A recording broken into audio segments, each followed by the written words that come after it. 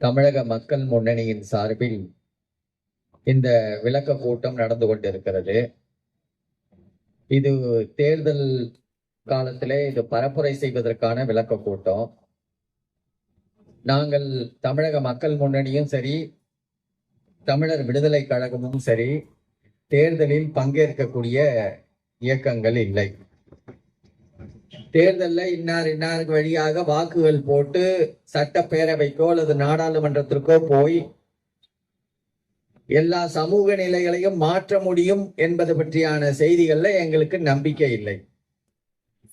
அப்படி நடத்தி ஒரு அரசியல் மாற்றத்தை செய்துவிட முடியாது என்பது எங்களுடைய ஆணித்தரமான கருத்து. எங்களுக்கு மட்டுமல்ல, இந்த சமூகத்தை விழிப்படைய வைக்க வேண்டும் என்பதற்காக அல்லும் பகலும் போராடிய, கருத்து பேசிய தந்தை பெரியார் அவர்களும் இதே கருத்துடையவர் தான். ஆனால் அம்பேத்கர் அவர்களும் இதே கருத்தோடு தான் இந்த சமூகத்தை மாற்றுவதற்கான பெருமுயற்சி செய்தவர். ஆக சமூக மாற்றத்தை தேர்தல் வழியாகலாம் செய்துவிட முடியும் என்பதில் எங்களுக்கு நம்பிக்கை இல்லை. ஆனாலும் அடிப்படையாக நாம் எப்படி இங்க பொதுக்கூட்டம் நடத்தி நம்முடைய கருத்துக்களை பரப்புகிறோமோ, சில போராட்டங்களை நடத்தி நம்முடைய கருத்தை வலிமைப்படுத்துகிறோமோ, அதுபோல சட்டப்பேரவைக்கு உள்ளாரையும் போய், நாடாளுமன்றத்திற்கு உள்ளாரையும் போய் நம்முடைய கருத்துக்காக, கருத்தை வலிமைப்படுத்துவதற்காக போராட வேண்டும் என்கிற அடிப்படையிலே சில உத்திகளோடு நாம் போவதற்கு முயற்சிகள் செய்ய வேண்டும் என்பதை நாங்கள் கருத்தாக வைத்திருக்கிறோம். அந்த வகையிலே இந்த பரப்புரை கூட்டத்திற்கு ஒரு அடிப்படை நோக்கம் இருக்கிறது. நாங்கள் ஒரு 3 முழக்கத்தை வைத்திருக்கிறோம். இந்த 3 முழக்கம் அடிப்படையாக இந்த சமூகத்தை மாற்றுவதற்கான முழக்கமாக இருக்க வேண்டும் என்கிற நோக்கத்துல தான் இந்த 3 முழக்கம்.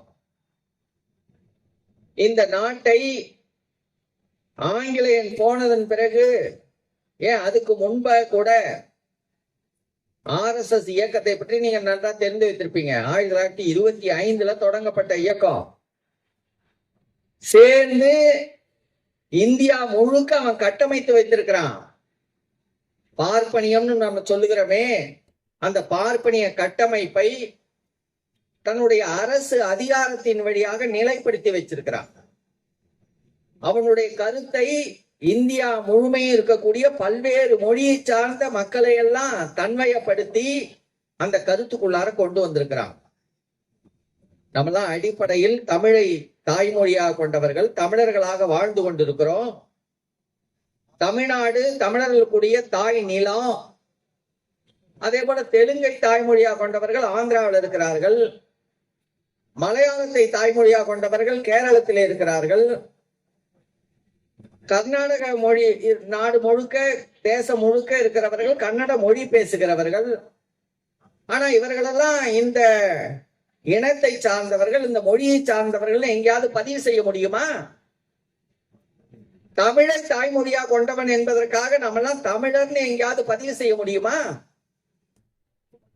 நம்முடைய பிறப்பு சான்றிதழ்ல, கல்வி சான்றிதழ்கள்ல, ஏன் தேர்தல்ல போட்டி எடுக்கிறோமே, இந்த போட்டி எடுக்கக்கூடிய வேட்பாளர்கள் தங்களுடைய பதிவுகள்ல தன்னுடைய இனம் என்ன இனம் அப்படின்னு பதிவு செய்கிறார்கள் என்று சொன்னா இந்தியன்னு பதிவு செய்கிறார்கள்.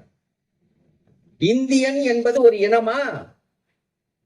நம்மெல்லாம் இந்திய அரசியல் சட்டத்தின் கீழே இந்தியாவுக்குள்ளார, இந்திய அரசினுடைய கட்டமைப்புக்குள்ளார இருக்கிறோம் என்பதனால நம்மெல்லாம் இந்திய குடிமகனாக இருக்கலாம். ஆனா இந்திய குடிமகனாக இருக்கலாமே ஒழிய இந்தியன் என்பது ஒரு இனமாக இருக்க முடியுமா? மலையாளம் பேசுகிறவன் மலையாளி, தெலுங்கு பேசுகிறவன் தெலுங்கனாக இருக்கிறான், கன்னடம் பேசுகிறவன் கன்னடன், வங்காளத்தை தாய்மொழியாக கொண்டவன் வங்காளி, தமிழை தாய்மொழியாக கொண்டவன் தமிழனாகத்தானே இருக்க முடியும்.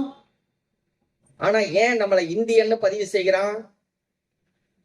அதை நம்முடைய இனத்தை கூட அடையாளப்படுத்திக் கொள்ள முடியாத ஒரு அடிமைத்தன்மையில நம்ம வாழ்ந்து கொண்டு இருக்கிறோம். தமிழன் தன்னை தமிழன் என்று பதிவு செய்ய முடியல. இந்திய அரசு நம்மை அடிமைப்படுத்தி வைத்திருக்கிறது. இதைத்தான் அன்றைக்கு பெரியார் தொடங்கி எல்லாரும் போராடிய போராட்டத்தினுடைய நீட்சி. ஆனா சட்டப்பேரவைக்குள்ளார போய் போராடிடலாம் அப்படின்ற ஒரு முயற்சியினால ஒரு பேர் எழுச்சியோடு திராவிட முன்னேற்ற கழகம் நுழைந்தது. 1949 கட்சி தொடங்கி 52 ஒரு முடிவுக்கு வந்து தமிழ்நாடு விடுதலைக்காக, திராவிட நாடு விடுதலைக்காக குரல் கொடுக்கிறவர்களுக்கு நாங்கள் வாக்களிப்போம், அதை ஒட்டி நாங்கள் தேர்தலில் நிற்போம் எல்லாம் பேசின வரலாறு எல்லாம் நம்ம பார்த்து வந்திருக்கிறோம். நம்முடைய அடிப்படை உரிமைகளை இழந்து விட்டு 1963 இந்திய அரசு அவரவர்களுடைய மொழி வழியான உரிமைகளை பிரிவினைவாத கருத்தோடு பேசினா அந்த கட்சி தடை செய்யப்படும், தேர்தலில் நிற்க முடியாது என்று அறிவித்ததன் பிறகு திராவிட நாடு கோரிக்கை வைப்பதற்கான காரணங்கள் அப்படியே இருக்கின்றன. நாங்கள் தான் கைவிட்டு விட்டோம் என்று அண்ணாதுரை அன்றைக்கு முதலமைச்சராகுவதற்கான போராட்டத்திலே இருந்த திராவிட முன்னேற்ற கழகத்தின் வழியாக அறிவிப்பு செய்து அந்த கோரிக்கையை கைவிட்டு விட்டாங்க. ஆனா அதற்கான தேவைகள் அப்படியே இருக்கிறது. 73 தன்னுடைய இறுதி காலம் வரைக்கும் தந்தை பெரியார் அவர்கள் தமிழ்நாடு தமிழருக்கே தமிழ்நாட்டினுடைய உரிமை இல்லாமல் தமிழ்நாட்டினுடைய வாழ்க்கையை, நம்முடைய உரிமைகளை மீட்டெடுக்க முடியாது என்பதை வலியுறுத்தி பேசி வந்தார். ஆனால் அம்பேத்கர் அவர்களும் இதைதான், அரசியல் அதிகாரத்தையும் பொருளாதார அதிகாரத்தையும் கைப்பற்றாமல் இந்த அடித்தட்டு மக்கள் மீட்சி அடைய முடியாது வெளிப்படையா சொன்னார். அரசியல் அதிகாரத்தையும் பொருளாதார அதிகாரத்தையும் கைப்பற்றுவது என்று சொன்னா சட்டமன்றத்துக்கும் நாடாளுமன்றத்துக்கும் உள்ள போய் கைப்பற்ற முடியுமா? முடியல. நம்முடைய கல்வி உரிமையை நாம பெற முடியல. அடிப்படையில தமிழ்நாடு அரசு என்று ஒன்று இருக்கிறது. நம்முடைய முதலமைச்சர் அவர்கள் பல விளக்கங்களை தந்து பேசி இருக்கிறார். தமிழ்நாட்டுக்கே மக்களால் தேர்ந்தெடுக்கப்பட்ட முதலமைச்சராக இருந்தாலும் கூட தமிழ்நாட்டுல ஒரே கல்வி முறை இருக்கிறதா அப்படின்னா இல்ல. மாநில அரசினுடைய கட்டுப்பாட்டில் இருக்கக்கூடிய கல்வி கூடங்கள், இந்திய அரசினுடைய கட்டுப்பாட்டில் இருக்கக்கூடிய கல்வி கூடங்கள், இங்க ஆவடியில கேந்திரிய வித்யாலயா இருக்குது. இந்த கேந்திரிய வித்யாலயாவில் என்னென்ன பாடம் படிக்கிறார்கள் என்பது பற்றி தமிழ்நாடு அரசு கவனம் சொல்ல முடியாது. தமிழை ஒரு பாடமொழியா படிங்கன்னு கேந்திரிய வித்யாலயாவுக்கு தமிழ்நாடு அரசு ஆணையிட்டா கூட அவன் ஏத்துக்க மாட்டான். பன்னாட்டு கல்விக்கூடங்கள் இருக்கிறது, இன்டர்நேஷனல் ஸ்கூல், அங்க தமிழ்நாடு அரசுடைய சட்டம் உள்ள நுழையாது. NCERT பாடத்திட்டம் வச்சிருக்கிறான். ஆக கல்வித்துறை தமிழ்நாடு அரசுக்கு உட்பட்டது. நம்முடைய ஊராட்சி, பேரூராட்சி, நகராட்சி, மாநகராட்சியினுடைய கல்விக்கூடங்கள் இருக்கக்கூடிய மாநில அரசினுடைய கல்விக்கூடங்களுக்கு மட்டும்தான் செல்லுபடி ஆகும்.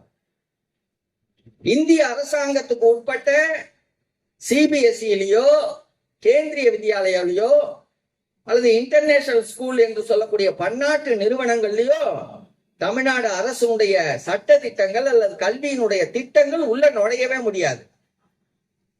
அந்த அதிகாரங்கள் செல்லுபடியாகாது. ஆனா CBSEல படிக்கிறவன் தான், இன்டர்நேஷனல் ஸ்கூல்ல படிக்கிறவன் தான், கேந்திரிய வித்யாலயால படிக்கிறவன் தான் இங்க இருக்கக்கூடிய IITக்குள்ளார நுழைய முடியும். நம்மளுடைய ஊராட்சி, பேரூராட்சியில படிக்கிறவன் எல்லாம் உள்ள எடுக்க மாட்டான். இந்தியாவில 6 IIT இருக்குது.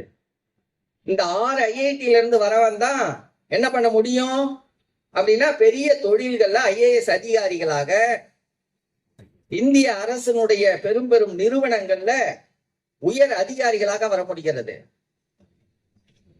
வெளிநாட்டினுடைய தூதரகங்களாக வருவதெல்லாம் அங்கிருந்து படிக்கிறவர்களை தான் கொண்டு வருகிறான். நமக்கு நல்லா தெரியும், தேர்தல்ல வாக்கு போட்டு வென்றவர் இல்ல நிர்மலா சீதாராமன். அந்த அம்மா ஒரு பார்ப்பனத்தை மேலவை வழியாக, ராஜ்யசபை வழியாக அந்த அம்மாவை அமைச்சராக்கி, அந்த அம்மாவை நிதி அமைச்சராக மாற்றி இந்தியாவில் இருக்கக்கூடிய எல்லா இனத்தினுடைய உரிமைகளை எல்லாம் நசுக்குவதற்கான வேலை திட்டத்தை போட்டிருக்குது.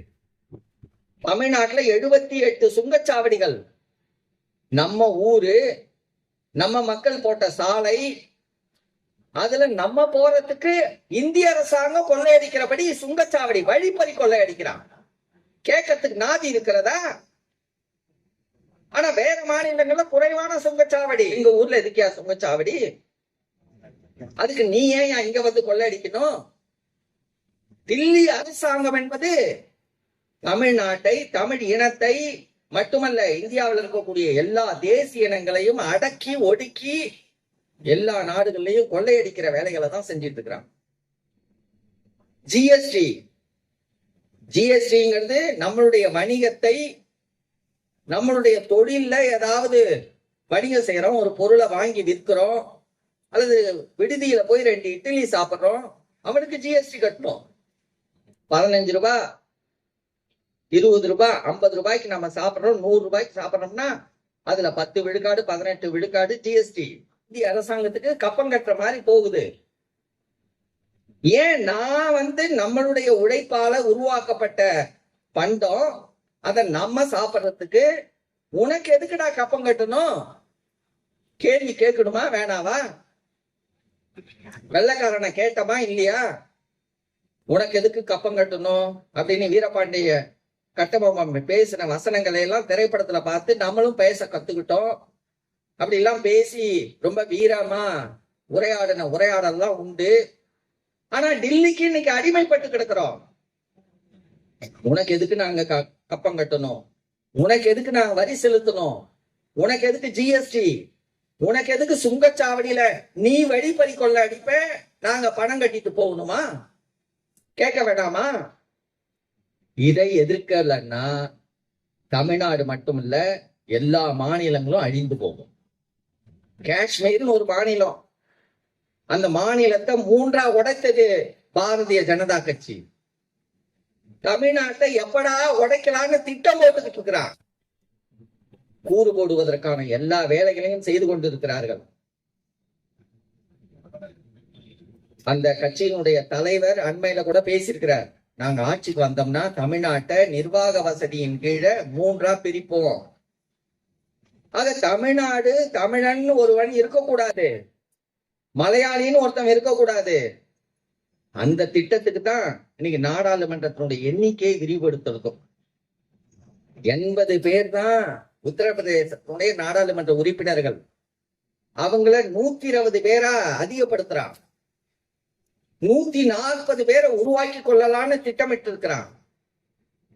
140 பேருடைய எண்ணிக்கையாக உத்தரப்பிரதேசத்தின் நாடாளுமன்ற உறுப்பினர்களை மாற்றுவதற்கு திட்டமிடுகிற பாரதிய ஜனதா கட்சி தமிழ்நாட்டில் இருக்கக்கூடிய 39 நாடாளுமன்ற உறுப்பினர்களை 56 பேரா மாற்ற வேண்டும்னு சீமான் குரல் கொடுக்கிறாரு.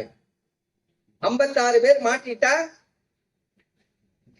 தமிழ்நாட்டுல, ஆந்திராவில, கர்நாடகாவில, கேரளாவில இதெல்லாம் சேர்ந்து அதிகப்படுத்தினா கூட 250 பேருக்கு மேல தாண்டல. ஆனா வடநாடுகள்ல இருக்கக்கூடிய நாடாளுமன்ற உறுப்பினர்கள், இந்தி பேசக்கூடிய மாநிலங்கள்ல இருக்கக்கூடிய நாடாளுமன்ற உறுப்பினர்கள் எல்லாம் எண்ணிக்கையை கூட்டுனா 400க்கு மேல உருவாகும். ஆக 800 பேர்ல 400க்கு மேற்பட்ட எண்ணிக்கையை கொண்டவர்களுடைய வாக்குகளை பெற்று நாடாளுமன்ற உறுப்பினர்களுடைய எண்ணிக்கையை வைத்து அவர்களை சார்ந்தவர்களே தான் நான் இந்தியாவினுடைய பிரதம மந்திரியா வர முடியும், தலைமை அமைச்சரா வர முடியுமே ஒழிய, ஆட்சியை அதிகாரத்தை பெற்றிருக்க முடியுமே ஒழிய, நம்ம எல்லாம் என்னதான் குரல் கொடுத்தாலும் அங்க ஈடேறாது. இந்தியாவினுடைய இன்றைய 524 நாடாளுமன்ற உறுப்பினர்கள்ல நம்முடைய 39 பேர் குரல் கொடுத்து எந்த சட்டத்தை ஏற்ற முடியும்? நம்ம 39 பேருமே ஒரே கட்சியை சார்ந்தவர்களா இருந்தாலும் கூட ஒரு சட்டம் நிறைவேறாது. ஆக இதெல்லாம் நம்மை கடுமையாக ஏமாற்றுவது. ஒரு குறிப்பிட்ட மொழியை சார்ந்தவர்கள், அவர்கள் தமிழர்களாக இருந்தாலும் சரி, வங்காளியாக இருந்தாலும் சரி, தெலுங்கர்களாக இருந்தாலும் சரி, மலையாளியாக இருந்தாலும் சரி, இந்த எண்ணிக்கை நாடாளுமன்றத்துல ஒரு சட்டத்தை நிறைவேற்றுவதற்கு போதுமான எண்ணிக்கை கிடையாது. அதனாலதான் இந்தி பேசக்கூடிய மாநிலங்களை கொண்டு ஒரு சட்டத்தை எளிதா அவனால நிறைவேற்ற முடியுது. நம்முடைய சட்டங்கள், திட்டங்கள் எல்லாமே தோல்வி அடைய வைக்கிறான்.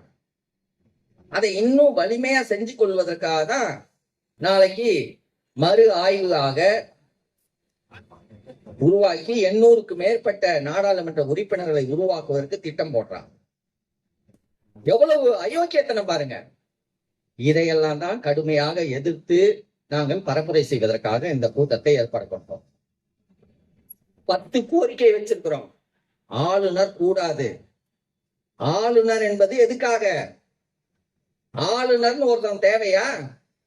ஆளுநர் ரவி என்றான் பெரிய அயோக்கியத்தனம் பண்ணாருன்னு இல்ல. எல்லா ஆளுநருமே இந்திய அரசாங்கத்தினுடைய அதிகாரத்தை கையில வைத்துக் கொண்டு இந்த மொழி மாநிலங்களை எல்லாம் நசுக்குவதற்கான வேலைகளை இந்திய அரசு செய்கிறது. அதனால ஆளுநர் என்கிற அமைப்பு முறையே கூடாது. ஒரு ஆளுநருக்கு 2 மாளிகை, இங்க தமிழ்நாட்டுல ஒரு மாளிகை, தமிழ்நாட்டுல சென்னையில ஒரு மாளிகை, ஊட்டியில ஒரு மாளிகை.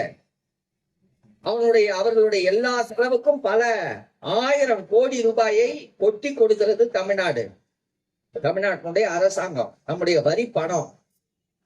ஆக ஆளுநர் அமைப்பு கூடாது.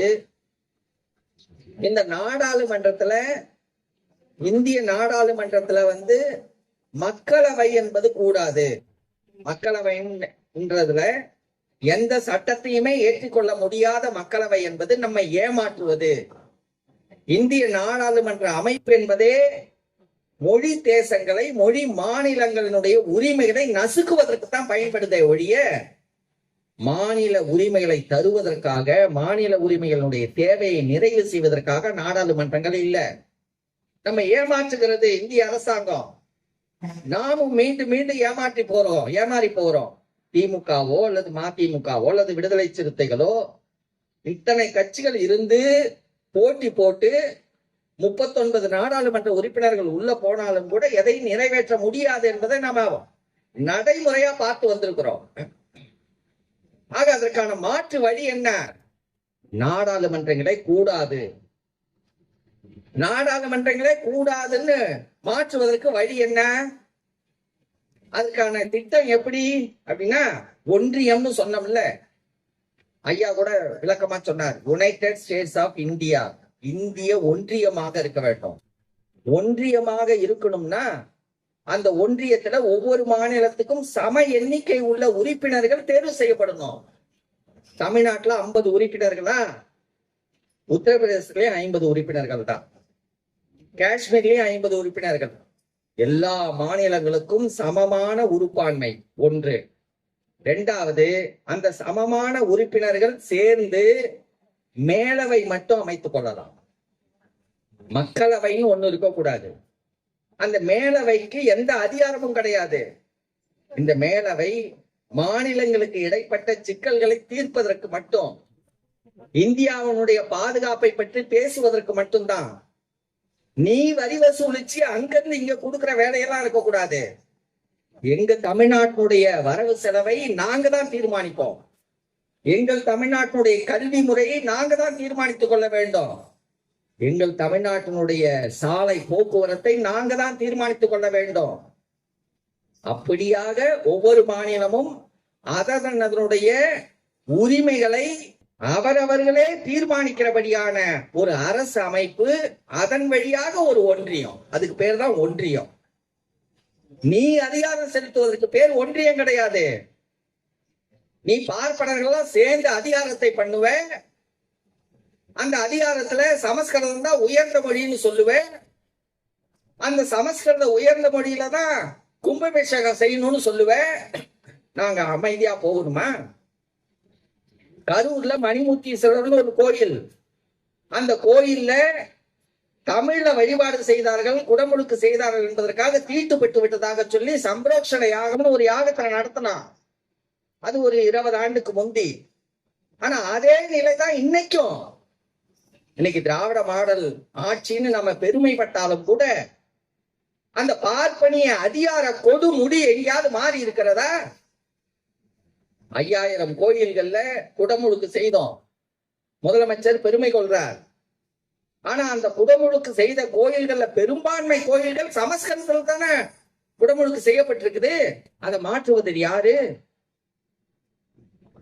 பார்ப்பனியத்தை, அந்த சமஸ்கிருத ஆதிக்கத்தை நிலைப்படுத்துவதற்கு தான் ஆளுநர் பயன்படுத்தப்படுறார். அதனாலதான் இந்த ஆளுநரை நீக்கணும்னு நம்ம வலியுறுத்துறோம். சமஸ்கிருதம் இல்லாத நம்முடைய தமிழ் மொழி தான் வழிபாட்டு மொழியாக, கல்வி மொழியாக, நீதி மொழியாக, அலுவல் மொழியாக இருக்க வேண்டும் என்பதை வலியுறுத்துகிறோம். அதை மறுமலர்ச்சி திராவிட முன்னேற்ற கழகத்தினுடைய கொள்கை அறிக்கையில, தேர்தல் அறிக்கையில வெளியிட்டிருக்கிறாங்க. அறிக்கைகளில் வெளியிடுவது நம்மை அடையாளப்படுத்துவதற்கு, நம்ம அரசியலை அடையாளப்படுத்துவதற்கு சரியான நடைமுறை தான். அதை எப்படி செய்ய போகிறோம்? அதற்கு திட்டம் தேவை. அந்த திட்டத்தை உறுதியாக சொல்லுகிறோம். சட்டமன்றத்துக்கு உள்ளாரையோ நாடாளுமன்றத்துக்கு உள்ளாரையோ போய் செய்துவிட முடியாது. அது மட்டுமே செய்துவிட முடியாது. சட்டமன்றத்தின் வழியாகவும் நாடாளுமன்றத்துக்குள்ளாரையும் போய் நாம போராடலாம். முதலமைச்சர் இன்றைக்கு மிக வெளிப்படையாக அறிவிச்சிருக்கிறார். நீ படிப்பறிவில்லாதவர்களா இருக்கிறீங்கன்னு சொல்லி இந்திய அமைச்சர் அறிவிப்பு செய்கிறார். அந்த அறிவிப்பை கண்டிச்சு தமிழ்நாடே கொதிப்படையும். பழைய திராவிட முன்னேற்ற கழகம் இல்ல, இது ஏதோ திராவிட முன்னேற்ற கழகத்துக்கு மட்டும் கடமைப்பட்டதல்ல, தமிழர்கள் ஒவ்வொருவருக்கும் கடமைப்பட்டது. இந்தியான் என்கிற பேச்சை வச்சுக்கிட்டு, பார்ப்பனியம் என்கிற பேச்சை வச்சுக்கிட்டு தமிழ்நாட்டை, தமிழர்களை ஆளுமை செய்திடலாம் நீ நினைச்சன்னா உன்னுடைய நுழைவை இங்க வேரோடு மண்ணோடு வெட்டி எறிகிறபடியான போராட்டம் வெடிக்கும். இந்த பார்ப்பன கூடாரங்களை எல்லாம் அடித்து உடைக்கிறபடியான போராட்டங்கள் நடக்கும். சங்கர மடமாகட்டும், எந்த அதிகார வெறிபிடித்த மடங்களாகட்டும், அதெல்லாம் உடைத்தெறிகிறபடியான போராட்டங்கள் இங்க கட்டாயம் நடக்கும். அப்படியாக நடத்துவதற்கு நமக்கு பெரியாரியமும் அம்பேத்கரியமும் மார்க்சியமும் அடிப்படையாக இருக்கிறது. அதை முதலமைச்சரா வருகிற அமைச்சர்கள் மட்டுமே சேர்ந்து செய்திட முடியாது. ஒன்றை நன்றாக புரிந்து கொள்ளணும்.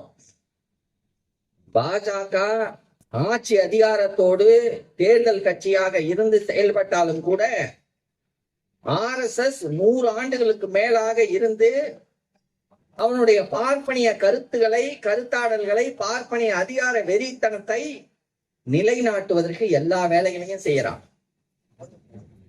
பரப்பல் செய்யறான். அவனுடைய சமஸ்கிருத மொழியினுடைய ஏற்றத்தை இந்த மக்களுக்கு உணர்த்துகிறான். விழாக்கள் என்கிற பேர்ல நம்மளுடைய கட்சி தோழர்களுக்கு உள்ளாரையே இந்து உணர்வை, அந்த பார்ப்பனிய அதிகார உணர்வை நுழைத்து வைத்திருக்கிறான். நம்மெல்லாம் திராவிடர் கழகத்தை சேர்ந்தவர்களா இருக்கலாம், திராவிட முன்னேற்ற கழகத்தை சேர்ந்தவர்களாக இருக்கலாம், விடுதலை சிறுத்தைகள் கட்சியை சேர்ந்தவர்களாக இருக்கலாம், அல்லது இயக்கங்களை சேர்ந்தவர்களாக இருக்கலாம். ஆனா நம்முடைய குடும்பங்கள் அந்த பார்ப்பனிய உணர்வோடு இருக்கிறது. இங்க வந்திருக்கக்கூடிய பெரும்பான்மை தோழர்களுடைய பெயர்கள், நம்முடைய பெயர்கள் என்ன மொழியில இருக்குது? நம்ம ஒரு மீளாய்வு செய்தோம்னா வந்திருக்கிற பெரும்பான்மை தோழர்களுடைய பெரும்பான்மை பெயர்கள் எல்லாம் சமஸ்கிருத பெயர்களா இருக்கிறது. ஏன் தமிழர்கள் தமிழ்ல தாய்மொழியில பேர் வைத்துக் கொள்ள முடியாதா? தமிழ்ல என்றைக்கு நம்ம புறக்கணிக்கிறோமோ அன்றைக்கு பார்ப்பனியம் உள்ள நுழைஞ்சிருச்சு. தமிழ் விழாக்களை நாம் என்றைக்கு மறுக்கிறோமோ அன்றைக்கு பார்ப்பனிய விழாக்களை நாம் கொண்டாடி கொண்டிருக்கிறோம்னு பொருள். எப்படியும் திராவிட முன்னேற்ற கழகத்தை சார்ந்த அல்லது நம்முடைய புரட்சிகர இயக்கங்களை சார்ந்த, முற்போக்கு இயக்கங்களை சார்ந்த பெரியாரிய தோழர்களாக, அம்பேத்கரிய தோழர்களாக, மார்க்சிய தோழர்களாக இருக்கிறவர்கள் தமிழ்நாட்டுல எப்படியும் 3/4 பேர் இருக்கிறோம். 8 கோடி மக்கள் தொகை இருக்குதுன்னா 6 கோடி மக்கள் இந்த கருத்துடையவர்கள். ஆனா இந்த 6 கோடி பேர் பிள்ளையார் சதுர்த்தியை விலக்கி இருக்கிறோமா? தமிழ் பெயரை வைத்திருக்கிறோமா? தீபாவளியை கொண்டாடாமல் மறுத்திருக்கிறோமா? பார்ப்பனிய விழாக்கள் எங்களுக்கு கூடாது, நாங்கள் தமிழ் விழாக்கத்தான் ஏற்றுக்கொள்வோம்னு பேசி இருக்கிறோமா? நடைமுறைப்படுத்தி இருக்கிறோமா? நம்முடைய கொள்கை கட்சியில வேற, வீட்டுக்குள்ளார வேற. ஆனா பார்ப்பனனுடைய நடைமுறை அப்படி இல்ல. அத நல்லா புரிஞ்சுக்கணும். RSS காரனுடைய நடைமுறை அப்படி இல்ல. எல்லா RSS காரனும் எப்படி அரசியல் பேசுகிறானோ அப்படி வீட்டுல இயங்குறான். ஆனா நம்ம பேசுகிற அரசியலுக்கும் வீட்டுக்கும் மிக பெரும் இடைவெளி இருக்கிறது. அந்த அரசியலை நம்முடைய வீட்டுல நடைமுறைப்படுத்துறது இல்ல. அடிமைகளாக இருக்கிறோம். RSS அடிமைகளாக இருக்கிறோம். பாஜக தோல்வி அடையணும். RSS தோற்கடிக்கப்படணும். எப்படி? தேர்தல்ல மட்டுமல்ல, கோட்பாட்டு அளவில் தோற்கடிக்கப்படணும். கோட்பாட்டு அளவில் தோற்கடிக்கப்படணும்னா நம்முடைய வேலைகள் போதாது. நம்முடைய வேலைகள் வீடு வீடாக கருத்துக்களை பரப்புவதற்கு, அரசியலை பரப்புவதற்கு வலிமைப்படுத்தப்பட வேண்டும். பார்ப்பனர்களைப் போல பன்மடங்கு வேலை செய்தாகணும். அப்படி செய்தால்தான் மாற்றங்கள் உருவாகும். அந்த மாற்றத்தை உருவாக்குவதற்கான அரசியல் கருத்தை வலியுறுத்துவதற்கான பரப்பல் இயக்கமாகத்தான், விளக்க கூட்டமாகத்தான் இந்த கூட்டத்தை ஏற்பாடு செய்திருக்கிறோம். கீழடி நம்முடைய அடி, தாய்மடி. கீழடியினுடைய சிறப்பு உலகத்துல எங்கேயுமே இல்லாத சிறப்பு. 5000 ஆண்டுகளுக்கு முந்தைய கண்டுபிடிப்பு. 5000 ஆண்டுகளுக்கு முன்னாடியே தமிழன் உலகத்துல யாரும் கண்டறிவதற்கு முன்பு இரும்பினுடைய தாதுவை கண்டுபிடித்து அதுல இருந்து இரும்பு கருவிகளை செய்த அறிவு அவனிடம் இருந்தது. அந்த அறிவின் வழியா எண்ணற்ற பொருள்களை உருவாக்கி இருக்கிறான். இரும்பு தாதுல இருந்து இரும்பு கருவியை செய்யணும்னா சாதாரண வேலை இல்ல. 1000 டிகிரி செல்சியஸ்ல அந்த தாதுவை வெப்பப்படுத்தினாதான் அதை ஒரு கூழாக மாற்றி அதை ஒரு கத்தி போலவோ அல்லது கலப்பை போலவோ மாற்றி செய்ய முடியும். அன்றைக்கு வெறும் பட்டைகளை, மரப்பட்டைகளை வச்சு கொளுத்தி 1000 டிகிரி செல்சியஸ் வெப்பத்தை உருவாக்கி அந்த கருவிகளை உருவாக்கின பேரறிவு உள்ளவனா இருந்திருக்கிறான். கடல் கடந்து வணிகம் செஞ்சிருக்கிறான். கப்பல்ல கடலை கடக்கணும்னா 3 மாதம் 4 மாதம் கடல்லயே போகணும். திசை தெரியாத இன்னைக்கு எல்லா கருவிகளும் இருக்குது. 3000-4000 ஆண்டுகளுக்கு முன்னாடி எந்த திசையும் தெரியாத இந்த வானியலை வச்சு வானியல் அறிவை பெற்றவனா இருந்திருக்கிறான். கடலோடிகளா வாழ்ந்திருக்கிறான். அப்படிப்பட்ட ஒரு பேரினம் தமிழினம். அந்த பேரினத்தினுடைய சிறப்பு கீழடியில வெளிச்சமாக இருக்கிறது. நம்முடைய முதலமைச்சர் பெருமையாக அதை அறிவிக்கிறார்.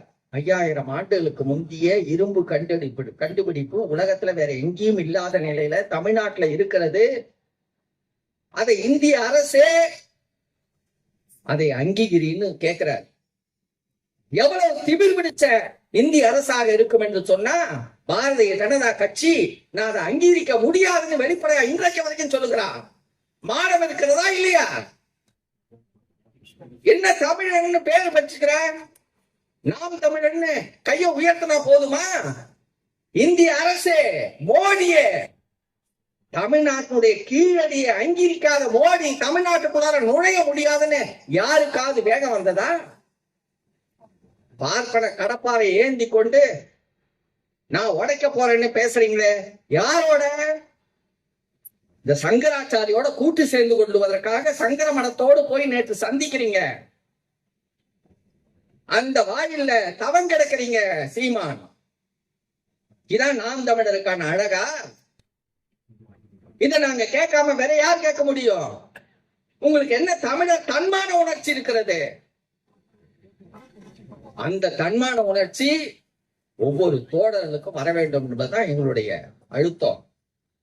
திராவிட முன்னேற்ற கழக தோழர்கள் நாங்க திராவிட மாடல்னு சொன்னா போதாது. திராவிட மாடல்னா என்ன பொருள்?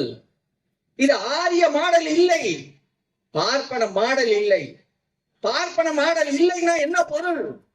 பார்ப்பனன் இங்க ஆரியன் என்கிற பேர்ல அவனுடைய வைதிக கருத்துக்களை நீட்டி முடக்க முடியாது. சமஸ்கிருதம் தான் மேலோங்கிறதுன்னு சொல்ல முடியாது. தமிழ் நீச்ச பாஷைன்னு இழிவுபடுத்துகிறான். நான் ஏற்கனவே சொன்னது போல அந்த கோயில்ல சமஸ்கிருதத்துலதான் குடமுழுக்கு செய்வான்னா என்ன பொருள்னா, தமிழில் வழிபாடு செய்தால் அந்த கோயில் தீட்டுப்பட்டு விடும்னு வெளிப்படையாக சொல்லுகிறார் சங்கராச்சாரி. தமிழ் நீச்ச பாஷைன்னு எழுதியிருக்கிறார். கொளுத்த வேண்டாமா அந்த எழுத்துக்களை? அப்படி சொன்ன நாக்குகளை அறுக்க வேண்டாமா? நீ சொன்ன வேதம் படிச்சா நாக்க வெட்டுவோன்னு சொன்ன. தமிழை நீச்ச பாஷை இழி மக்களின் மொழின்னு சொல்லக்கூடிய யாராக இருந்தாலும் அவங்களுடைய நாக்கை வெட்டுவோம்ங்கிற துணிச்சலான உணர்வு யாருக்காக தமிழர்களுக்கு, தமிழ் இயக்கங்களுக்கு வந்ததா? அப்படி வராததுனால பார்ப்பனியம் தாண்டவமாடுகிறது. அந்த பார்ப்பனியத்தை எதிர்க்கிற உணர்ச்சி இல்லாமல் யாரும் இங்க கட்சி கட்டி பயன் இல்லை. தேர்தலில் வெற்றி பெற்று பயன் இல்லை. அந்த உணர்ச்சியோடு செயல்பட வேண்டும் என்பதை வலியுறுத்துவதற்கான இயக்கமாகத்தான் நாங்க இந்த இயக்கத்தை முன்னெடுக்கிறோம். அதுலதான் இந்த 3 கோரிக்கை. பாஜகவை வீழ்த்த வேண்டும், பாஜகவை கட்சியாக மட்டுமல்ல கொள்கையாக வீழ்த்த வேண்டும். அடுத்தது அந்த பாஜகவினுடைய அடிமடியோடு, அரசியல் மடியோடு தன்னை நாம் தமிழர் என்று பொய்யாக அறிவித்துக் கொண்டு தமிழ் தேசம் என்கிற பெயரில் நடமாடி கொண்டிருக்கிற சீமான் அம்பலப்படுத்தப்பட வேண்டும். தமிழ் இளைஞர்கள் ஒரு பக்கம் கடுமையா வேலை செய்யறான், மிக பெரும் கல்வியை பெற்றுக்கொண்டு பெரிய பெரிய வேலை வாய்ப்புகளுக்கு அலையிறான். இன்னொரு பக்கம் நடிகனை பார்க்கறதுக்கு லட்சக்கணக்கமா ஓடுறான், லட்சக்கணக்கான மக்கள் ஓடுறான்.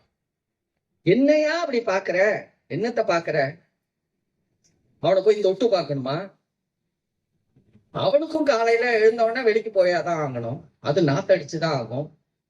அவனும் மனுஷன் தானே, அவன்ல போய் என்ன பாக்குற? அறிவில்ல.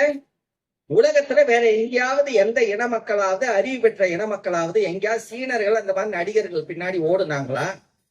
ஜப்பான்காரன் ஓடுனானா? ஜெர்மன்காரன் எங்கேயாவது நடிகர்கள் பின்னாடி ஓடுனானா?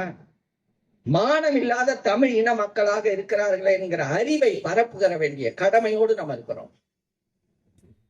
அதனாலதான் இந்த 3வது நிகழ்ச்சியாக, இந்த கோரிக்கையாக நாங்கள் அதை வைத்து அம்பலப்படுத்துவதற்கான வேலைகளையும் செய்கிறோம். அப்படிதான் இந்த 10 கோரிக்கை, அங்கிருந்து இந்த அறிக்கையில இந்த 10 கோரிக்கை நாங்க வெளியிட்டுக்கிறோம்.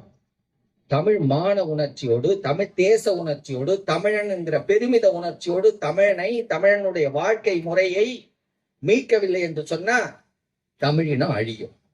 அது திராவிட மாடல்னு சொன்னாலும் அழியும், அல்லது தமிழ் மாடல்னு சொன்னாலும் அழியும். ஆரிய மாடலை அடித்து உடைக்கக்கூடிய ஒரு பேரெழுச்சியாலதான் இந்த இனத்தை மீட்டெடுக்க முடியும்.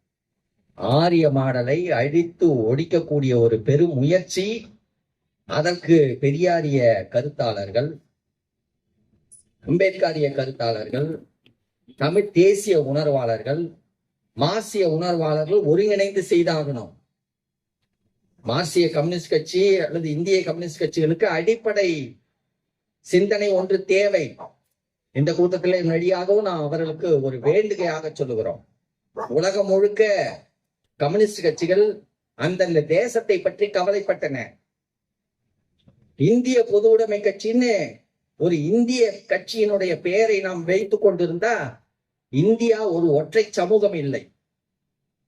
தமிழ்நாடு ஒரு சமூகம், கேரளா ஒரு சமூகம், காஷ்மீரா ஒரு சமூகம், மணிப்பூர் ஒரு சமூகம். மணிப்பூர்ல இருக்கக்கூடிய வாழ்க்கை முறையும் தமிழ்நாட்டினுடைய வாழ்க்கை முறையும் வெவ்வேறு. மிசோரத்தினுடைய அடக்குமுறையும் கேரளத்தினுடைய அடக்குமுறையும் வெவ்வேறு. ஆக இந்தியா முழுக்க ஒரே சமூகமாக கருதி இந்தியா முழுக்க ஒரு பொது உடைமை கட்சியை வச்சு இந்தியாவை ஒரு பொது உடைமை நாடாக மாற்ற முடியாது. எப்படி ஒரு இந்திய அரசு ஒரு ஒன்றியமாக இருக்க வேண்டும் என்று அரசை வலியுறுத்துகிறோமோ, அப்படி இந்திய பொது உடைமை கட்சி ஒரு ஒன்றிய கட்சியாக இருக்கலாமே ஒழிய இந்தியாவுக்கென்று ஒரு பொது உடைமை கட்சி உருவாக்கவும் முடியாது. அப்படி உருவாக்குவது அரசியல் பிழையானது. அந்த அரசியல் பிழையை மீளாய்வு செய்தாக வேண்டும். தமிழ்நாட்டினுடைய உரிமைகளுக்கு ஏதோ தமிழ் தேச கட்சிகள் பேசிக்கிட்டோம் அப்படின்னு இந்திய பொது உடைமை கட்சி நகர்ந்துட முடியாது. தமிழ்நாட்டினுடைய உரிமைகளை நீங்க பேச தொடங்கினீங்கன்னா இங்க பொது உடைமை கருத்தாக்கம் வளரும். இந்தியான்னு நீங்க நினைச்சுக்கிட்டீங்கன்னா தமிழ்நாட்டுல நீங்க காலூன்றவே முடியாது. அந்த வகையில் அரசியல் விழிப்புணர்வுக்காக இந்த மேடை அடிப்படை மேடையாக இருக்கிறது. பார்ப்பனியத்தை ஒழிப்பது அடிப்படை நோக்கம். அந்த வகையில் தான் திராவிட மாடல் வெற்றி பெற முடியும், தமிழ் மாதிரியும் வெற்றி பெற முடியும். அதற்கான அரசியலை பயிலுவோம், இனியாவது அதற்கான திட்டத்தோடு செயல்படுவோம் என்று கூறி விடைபெறுகிறேன். நன்றி, வணக்கம்.